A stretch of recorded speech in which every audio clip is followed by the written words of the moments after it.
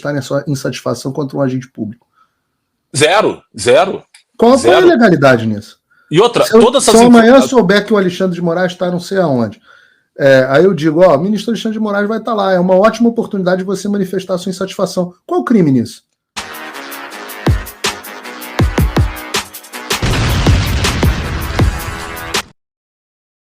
Opa, eu sei que você não aguenta mais ouvir, eu pedi para você fazer o triplo C, curtir, comentar e compartilhar, mas eu peço porque 4 entre cada 10 pessoas sequer estão inscritas no canal e a maioria não ativa as notificações e nem curte o vídeo e isso prejudica o nosso algoritmo. Então ajuda a gente aí. Obrigadão. A putaria vai acabar. Não, em relação... Paulo, só para... Então, desculpe, só dando continuidade à análise do caso Homero. Então, quando a gente teve... Quando finalmente, depois de um mês, a gente teve acesso aos autos do processo físico e sigiloso, a gente teve ali o conhecimento de que a ordem de censura decorreu não daquela publicação dele sobre o relatório das Forças Armadas relativamente às urnas eletrônicas, mas em decorrência de um post que ele havia feito, no qual ele simplesmente dava publicidade ao fato de que os ministros estariam palestrando em Nova York. E uma informação de conhecimento público de que eles estariam, aquela palestra ocorreria no Harvard Club. Ocorre que uma pessoa que fez um comentário na postagem do Homero fez menção ao hotel onde eles estariam hospedados.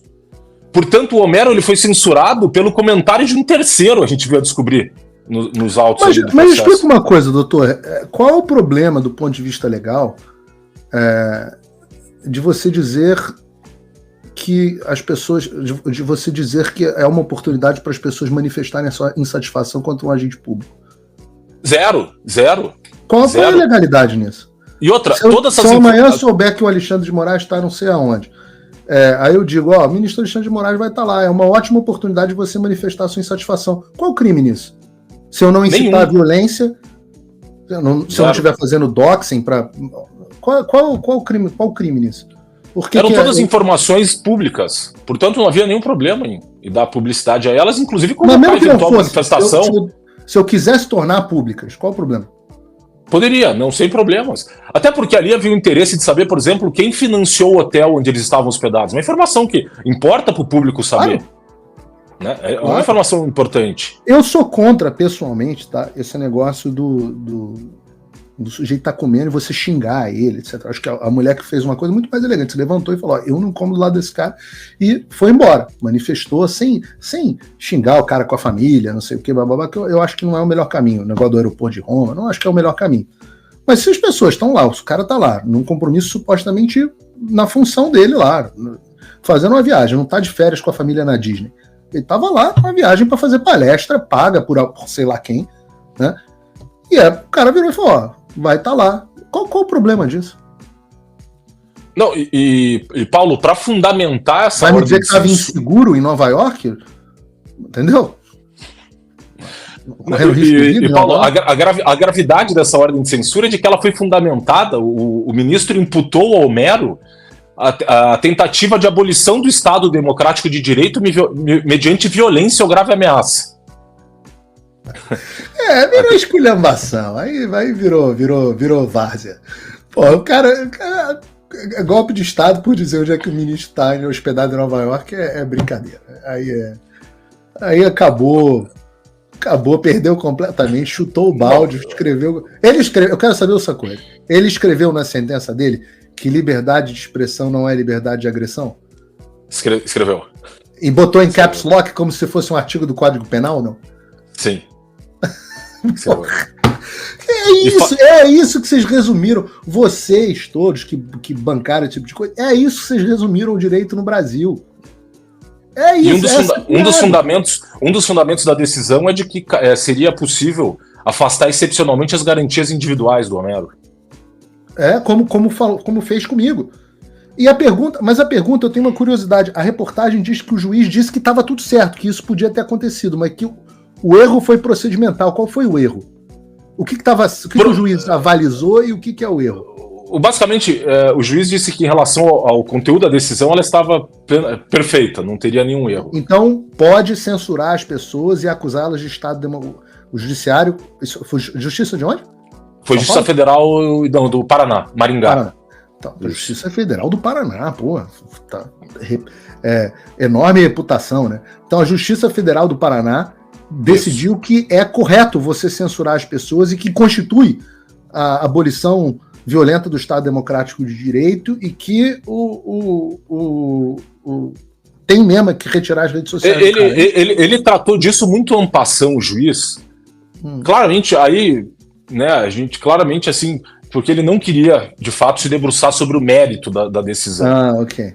Até porque, pela responsabilidade civil do Estado nesses casos, quando a gente fala em ato judicial, você tem que comprovar o dolo, a culpa grave ou a fraude na decisão.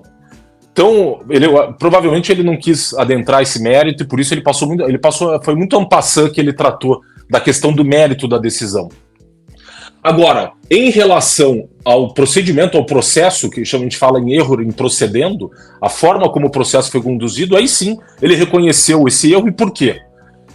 Porque no final de dezembro a gente interpôs um agravo regimental, que é o recurso cabível daquela decisão, né, se a gente pode chamá-la de decisão, uma ordem de censura, e logo após o Alexandre de Moraes deu uma nova decisão reativando as contas do Homero, não com base no nosso recurso, mas com base no pedido do Arthur Lira. O Arthur Lira, naquele momento ali, em final de dezembro de 2022, o próprio Nicolas, se não me falha a memória, sofreu ali uma censura.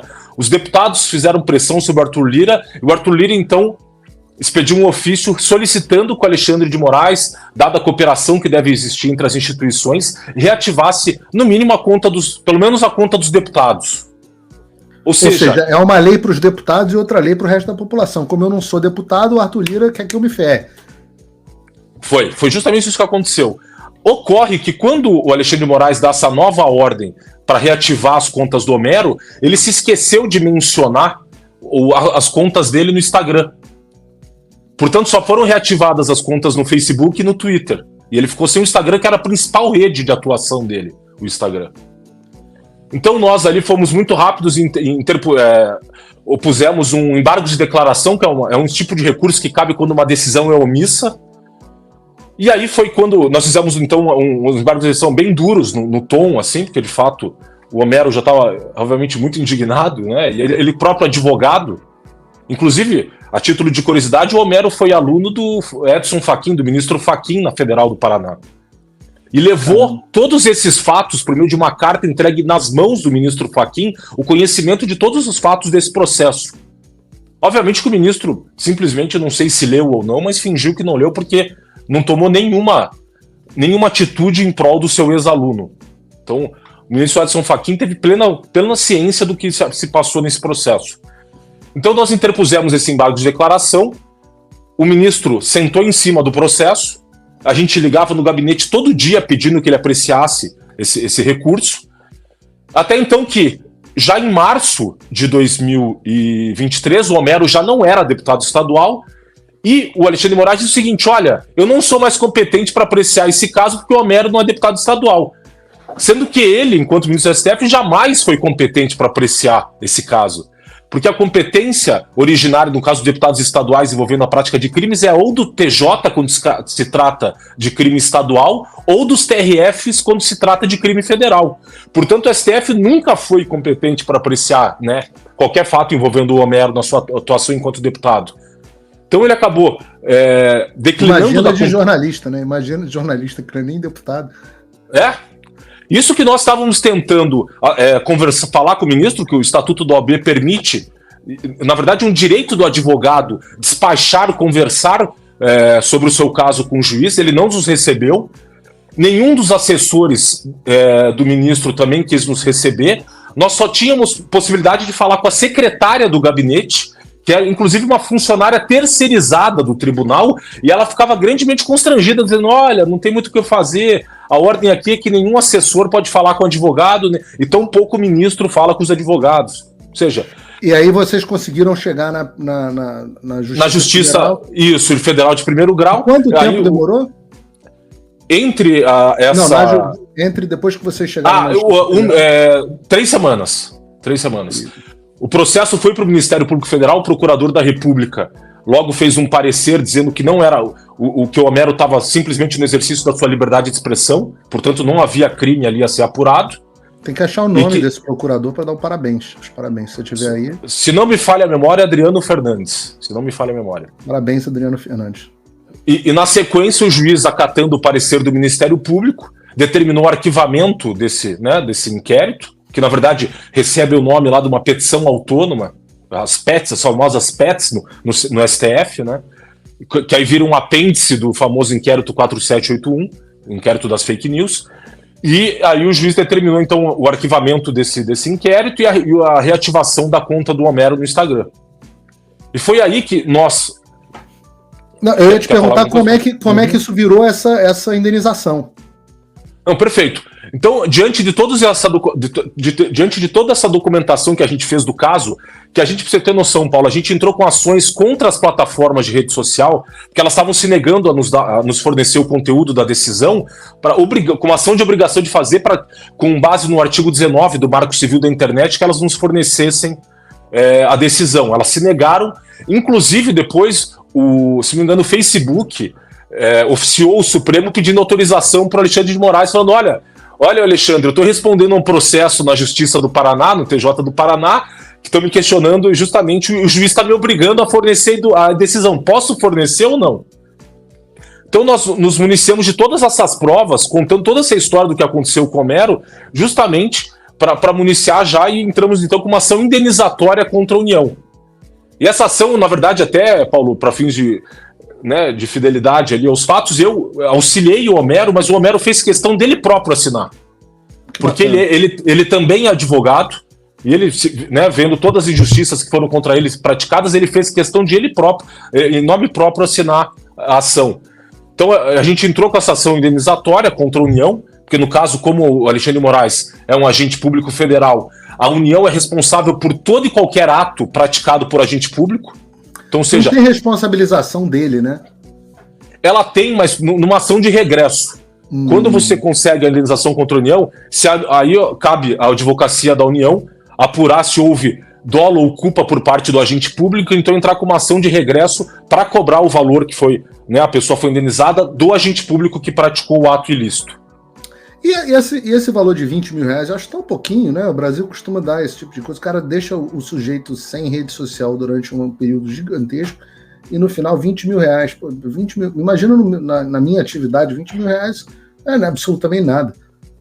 Não, é irrisório diante dos danos que foram causados ao Homero, inclusive porque nesse momento, durante esse período, o governo do estado aqui apresentou uma série de projetos de lei com aumento de carga tributária, a privatização da Copel, que é a principal empresa de energia aqui do estado, tal, e o Homero, que é um deputado de opinião, né, que o voto dele é muito voto de opinião, ele simplesmente foi impedido de se comunicar com seus eleitores e de poder se posicionar sobre todos esses projetos importantes para o estado do Paraná que estavam sendo votados naquele momento. É um prejuízo que, inclusive, transcende o próprio Homero e afeta todo o povo paranaense, no fato, naquele momento. Deixa eu te fazer duas perguntas finais, doutor. A primeira delas é: a sua expectativa é de que haja recurso e que essa sentença seja revista, não? A expectativa é de que ela seja mantida, que, de fato... Assim, uma questão que a gente tem que fazer um elogio aqui ao Tribunal Regional Federal da 4ª Região do Paraná é que ele é o tribunal, eu diria que ele tem no meio dos concursos públicos, é famoso como o concurso público mais difícil de ingressar no Brasil. A Justiça Federal da 4ª Região, que engloba Paraná, Santa Catarina e Rio Grande do Sul. Portanto, são juízes extremamente técnicos. A sentença do juiz, do ponto de vista técnico, foi muito, muito correta. Então, a tendência, diante da tecnicidade do tribunal, é manter a sentença. E aí nós temos uma questão também que, eventualmente, podia ser enfrentado um recurso extraordinário no próprio STF. Certo. Mas a jurisprudência... Essa era a minha pergunta. De um jeito ou de outro não vai acabar no próprio STF? Pode acabar, mas a jurisprudência unânime do STF é de que casos de responsabilidade civil, como envolve a análise do conjunto fático da questão, ela não pode ser feita pelo Supremo Tribunal Federal. Agora, conhecendo a atuação recente do tribunal, obviamente que a gente sabe que isso não é uma garantia de nada. Né? Eu tenho um certo ceticismo. A minha outra pergunta é se isso não é, essa decisão inédita não abre espaço, porque eu brinco de dizer aqui no programa que eu tenho até pena do contribuinte brasileiro, porque vai pagar a pensão para mim para o resto da vida. né? Não tenho dúvida que quando o chicote mudar de mão, eu vou entrar com uma gigantesca ação de indenização e tomara que haja ação de regresso por parte da Advocacia Geral. Mas, no final das contas, eu acho que vai acabar sobrando muito para o contribuinte brasileiro. Esse tipo de decisão abre um precedente para que outras pessoas possam pedir indenização em relação aos abusos praticados pelo Alexandre? Com certeza. Inclusive, assim, não é um precedente vinculante, obviamente, que não é o caso, por exemplo, uma decisão do Supremo, por exemplo, em controle concentrado de constitucionalidade, em que ali, de fato, os outros tribunais têm de seguir a decisão, mas há um precedente, obviamente, simbólico e persuasivo de que os juízes, se deparando com outros casos similares, geralmente acabam indo estudar decisões similares que já foram proferidas e tendem a respeitar o precedente estabelecido. Isso é uma coisa que tem sido muito discutida no meio jurídico brasileiro, que é o respeito aos precedentes no sentido de dar maior segurança jurídica, né, para as questões. Então, é um precedente muito importante, ainda mais advindo do Tribunal Regional Federal da Quarta Região, como disse, é um tribunal muito respeitado no Brasil todo. Muitíssimo interessante, eu aguardo aí as cenas dos próximos capítulos. Eu sou um pouco cético com a atuação do judiciário, mas nem por isso deixei de achar isso uma grande notícia e uma vitória digna aqui de ser explorada no programa. Doutor, muito obrigado pela tua presença, pela tua participação e mais uma vez parabéns pelo feito, pela vitória. Opa, eu que agradeço e agradeço também aí pelo seu trabalho. Continue firme aí, continuamos lutando pelo Brasil. Obrigado. Obrigado. A gente vai fazer o possível, ver se a gente continua lutando pelo Brasil. Alguma coisa aconteceu hoje no planeta Terra, porque nós estamos com mais ou menos umas 14 mil pessoas nos assistindo nas múltiplas plataformas e só tem 4.900 assistindo no YouTube da CNN Brasil, e a Jovem Pan até que subiu um pouco, agora está com 7 mil e pouco. O que está acontecendo? Mas ainda assim é uma audiência mais baixa do que o normal, né? A gente está mais do que com a soma das duas plataformas, mas que é normal, a gente sempre está liderando a audiência aqui, mas o que está acontecendo que a audiência está tão baixa com esses caras? Está acontecendo alguma coisa aí na internet? As pessoas estão meio menos interessadas, talvez, com o cenário político. Eu acho que teve tanta pauta no programa de hoje, eu fiz um programa de 1h40. Bom, faço o último apelo aqui a vocês, aqueles que podem, para se tornarem meus apoiadores. A forma de se tornar meu apoiador é essa aqui. Você tem o trabalho do apoiador e o Patrono Gold, que são as pessoas que interagem diretamente comigo. Então, agradeço aqui, tem gente dizendo no chat que está apoiando aqui. Muito obrigado. Obrigado a todos que me apoiam. Peço que vocês considerem a possibilidade, a quantia, que se você usar o link aqui, o cupom da descrição, é um valor muito pequeno, quase todo mundo pode pagar, e o importante para mim é ganhar o volume. Por incrível que pareça, da semana passada para essa semana atual, eu estou com menos apoiadores do que eu tinha. Enfim, é da vida, né? Às vezes a gente tem uma certa... enfim, é o que é. Mas aos que puderem, se tornem meus apoiadores ou até mesmo Patrono Gold, que é ainda melhor. Obrigado a todos, obrigado pela enorme audiência. Na quinta-feira tem mais Paulo Figueiredo Show. Espero que vocês tenham gostado do programa de hoje. Deus abençoe a América e Deus abençoe o Brasil. Eu sempre falo isso. Opa, desculpe interromper o seu vídeo, mas desde 2022 eu continuo com as contas bloqueadas e o passaporte cancelado pelo Xandão. Se você aprecia o meu trabalho e tudo que eu faço pela liberdade de expressão, tem um lugar onde você pode se tornar meu apoiador com uma pequena quantia por mês. Acesse www.paulofigueiredoshow.com e torne-se meu apoiador, e aí você vai receber conteúdos exclusivos e desconto nos meus cursos. Ou então você pode se tornar meu patrono Gold e passar a me pautar, tem reuniões comigo, você entra para o meu grupo de WhatsApp, que eu uso sempre. O link para tudo isso está aí na descrição.